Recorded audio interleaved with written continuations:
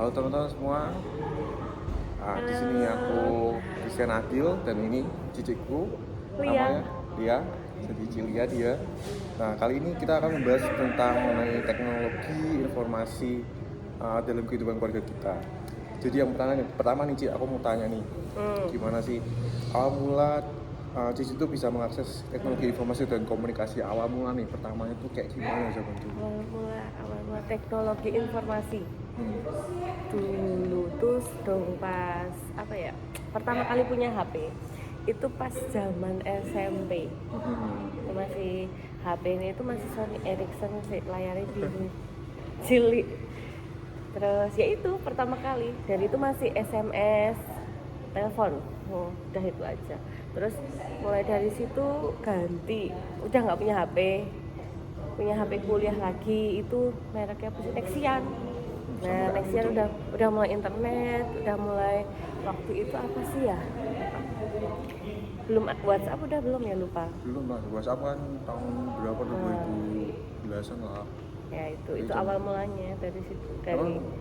Tapi dulu emang nggak pernah ke warnet gitu, bukan kan dulu aku pernah ikut sih ke warnet. dulu itu ke warnet zaman SMP apa SD malah ya, ada Friendster. Nah itu Friendster. Nah itu dulu ke warnet. Terus pas dulu mas sempet apa sih, game online Ayo Dance, audition itu sih ke warnet. Yo sama sih, aku dulu juga awal kan warnet tuh diajari Cici bikin Facebook, kan aku dulu bikin Facebook Cici ya deh, kayak tahu salah gitu. Apa? Iya. Lupa malah. Tuh terus aku ganti HP itu, HP-nya apa sih dulu aku ya? Iya Nexian, habis Nexian apa tuh Nokia BlackBerry, sampai sekarang bisa pakai HP ini. Terus aku nanya yang kedua, dari apa ya, Cia pakai HP, warnet, apa-apa tuh manfaat apa yang didapatkan Cia selama pakai HP internet? Banyak banget. Mulai dari komunikasi dengan orang-orang yang dekat, saudara tapi jauh, jadi bisa komunikasi tiap hari. Dulu belum ada video call, sekarang udah ada video call. Terus bisa jualan, dulu sempat jualan kan, dari apa ya, dari teknologi informasi perkembangan zaman, mulai dari komunikasi yang tadinya telepon, terus jadi bisa video call, tadinya SMS sekarang bisa chatting ya gitu. Terus bisa jualan online, bisa tahu info-info bahkan di seluruh dunia, tahu destinasi, bahkan kalau sekarang kemana-mana udah nggak khawatir karena kan di HP ada Google Map. Jadi udah pergi ayo. Kalau sama dulu pergi susah, terus nggak ada Google Map. Yo nek pergi ya tanya permisi Pak, Sekarang tinggal ketik ya. tuh. Oke. Terus ada nggak perubahan terbesar nih setelah Cia tuh kayak menggunakan teknologi informasi nih, misalnya dari yang dulu kayak gini sekarang jadi kayak gini, pokoknya perubahan terbesar apa yang terjadi dari adanya teknologi informasi? Perubahan terbesar yang mempengaruhi apa? Ya anything in your life, apa aja? Okay.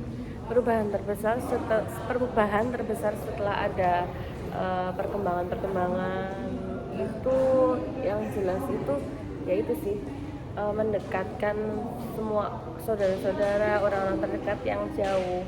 Bahkan kita tanpa batas waktu, tanpa batas jarak, sekarang bisa langsung video call. Terus di setiap apapun hal, dimanapun itu, misalnya kejadian apa di mana, itu bisa langsung tahu.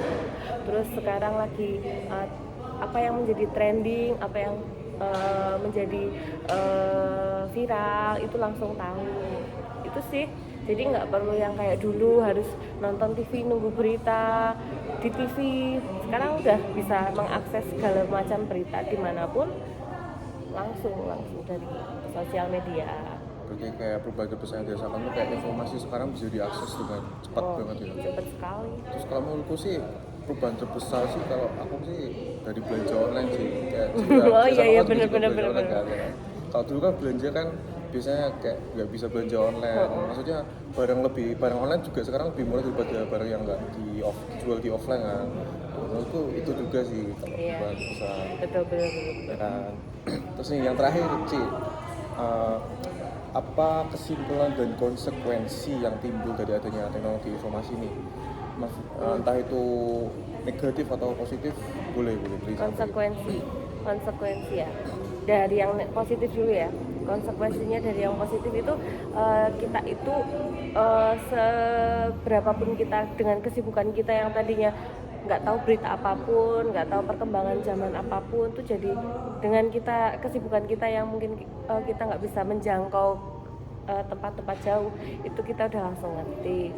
Terus kalau negatifnya itu karena daya tarik sosial media dan teknologi yang udah begitu canggihnya, begitu praktisnya, itu tuh kalau dari Ji ya tuh, yang negatifnya ya, kayak misalnya kita tuh jadi asik terpaku ketika main sosial media, kita jadi misalnya di rumah fokusnya malah sama HP-an, Instagraman, WhatsAppan gitu. Sedangkan ketika itu ada orang-orang terdekat, jadi kayak malah kita membuat jarak dengan orang-orang yang benar-benar ada di dekat kita gitu.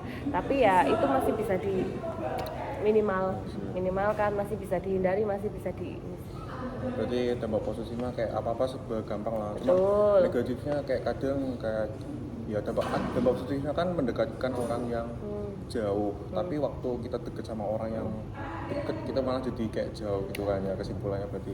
Nah jadi gitu teman-teman, kalau teknologi informasi itu banyak lah manfaatnya. Cuma kebanyakan ya menurutku sih dampak negatifnya ya itu sih, kayak kita deket sama orang-orang yang kita sayang dan kita cintai, tapi karena teknologi itu kadang kita jadi merasa jauh lagi sih. Nah jadi itu bahasan kita malam ini Ya. Nah, ini obrolan kita, sharing-sharing kita mengenai teknologi informasi. Yes. Oke, jadi terima kasih guys.